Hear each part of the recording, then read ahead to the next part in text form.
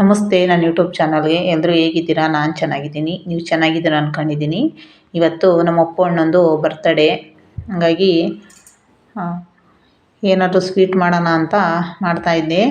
ನೋಡಿ, ಸ್ವೀಟ್ ಮಾಡೋಣ ಅಂತ ಹೋದೆ, ಕೇಕ್ ಏನೂ ತಂದಿರಲಿಲ್ಲ. ಏನೋ ಸಿಂಪಲಾಗಿ ಸ್ವೀಟ್ ಮಾಡೋಣ ಅಂತ ಹೋದೆ. ಸ್ವಲ್ಪ ಕಾಯಿದು ಕೊಬ್ಬರಿದು ಇದು ಎಬ್ಬುತ್ತಾ ಇದ್ದೆ. ಚಾಕು ಒಂದು ಸ್ವಲ್ಪ ಇದು ಚಾಕುದ್ದು ಇದಿರುತ್ತಲ್ವ, ಅದು ಬಂದು ತಿವ್ಕೊಂಬಿಡ್ತು. ಒಂದು ಸ್ವಲ್ಪ ಅಲ್ಲಿ ನೋವಾಗ್ಬಿಡ್ತು ಕೈಗೆ.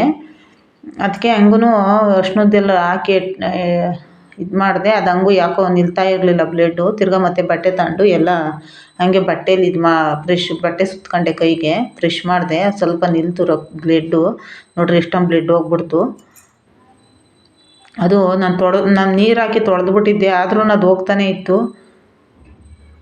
ನೋಡಿ, ಬ್ಲಡ್ ಹೋಯ್ತು. ಅದು ಏನು ಹಾಕಿದ್ರು ಅಷ್ಟೊಂದು ಅರಿಶಿನ ಹಾಕಿದ್ದೀನಿ, ಆದರೂ ನಿಲ್ತಿರಲಿಲ್ಲ ಬ್ಲಡ್ಡು. ಏನು ಮಾಡೋದು? ಆಮೇಲೆ ಟೈಮು ಏನೂ ಮಾಡೋಕ್ಕಾಗಲ್ಲ, ಆ ಥರ ಆಗುತ್ತೆ.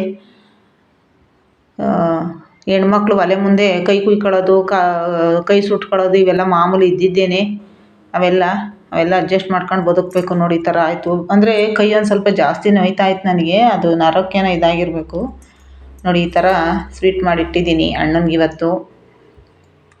ನಾನು ವರ್ಷ ಕೇಕ್ ತಂದು ಕಟ್ ಮಾಡ್ತಾಯಿದ್ದೆ. ಈ ಸಲ ಆಗಲಿಲ್ಲ, ಅದಕ್ಕೋಸ್ಕರ ಸಿಂಪಲಾಗಿ ಒಂದು ಸ್ವೀಟ್ ಮಾಡಿ ಪೂಜೆ ಮಾಡ್ತಾಯಿದ್ದೀನಿ. ಅಂದರೆ ಅವ್ರ ಸ್ಮಾರಕದ ಹತ್ರ ಎಲ್ಲ ನನಗೆ ಹೋಗೋಕ್ಕಾಗಲಿಲ್ಲ. ಅವ್ರ ಅಭಿಮಾನಿಗಳೆಲ್ಲ ಚೆನ್ನಾಗಿ ಸೆಲೆಬ್ರೇಷನ್ ಮಾಡವ್ರೆ. ಅವ್ರಿಗೆಲ್ಲ ಒಳ್ಳೆಯದಾಗಲಿ. ನಮ್ಮ ಅಪ್ಪ ಅಣ್ಣನ ಆತ್ಮಕ್ಕೆ ಶಾಂತಿ ಸಿಗಲಿ, ಅವ್ರಿಗೆ ಒಳ್ಳೆಯದಾಗಲಿ, ಮತ್ತು ಅವ್ರ ಅಭಿಮಾನಿಗಳಿಗೆಲ್ಲ ಒಳ್ಳೆಯದಾಗಲಿ. ಯಾರೆಲ್ಲ ನನ್ನ ವೀಡಿಯೋ ನೋಡ್ತೀರಾ, ನನ್ನ ವೀಡಿಯೋ ಯಾರಿಗೆಲ್ಲ ಇಷ್ಟ ಆಗುತ್ತೆ ಅವರೆಲ್ಲ ಸಬ್ಸ್ಕ್ರೈಬ್ ಮಾಡ್ಕೊಳ್ಳಿ, ಹಾಗೆ ಲೈಕ್ ಮಾಡಿ, ಶೇರ್ ಮಾಡಿ. ಇನ್ನೊಂದ್ಸಲ ಹೇಳ್ತಾ ಇದ್ದೀನಿ, ನಮ್ಮ ಅಪ್ಪ ಅಣ್ಣನಿಗೆ ಹುಟ್ಟುಹಬ್ಬದ ಶುಭಾಶಯಗಳು. ಯಾರೆಲ್ಲ ನನ್ನ ವೀಡಿಯೋ ನೋಡ್ತೀರಾ ಅವರೆಲ್ಲ ಸಬ್ಸ್ಕ್ರೈಬ್ ಮಾಡ್ಕೊಂಡು ನೋಡಿ. ನಾನು ಪದೇ ಹೇಳ್ತಾನೇ ಇದ್ದೀನಿ. ನಮ್ಮ ನಗುವಿನ ಒಡೆಯ ನಮಗೆ ಕೇಕೆಲ್ಲ ತಂದು ಸೆಲೆಬ್ರೇಷನ್ ಮಾಡೋಕ್ಕಾಗಲ್ಲ. ಯಾಕಂದರೆ ನಾವೇನೋ ನಮ್ಮ ಮನೇಲಿ ಇರೋದಿಟ್ಟು ನಾವು ಪೂಜೆ ಮಾಡ್ತೀನಿ. ಅಂದರೆ ನಾನು ಡೈಲಿ ಪೂಜೆ ಮಾಡ್ತಿರ್ತೀನಿ, ನಾನು ಪೂಜೆ ಮಾಡುವಾಗೆಲ್ಲ ಮಾಡ್ತಿರ್ತೀನಿ.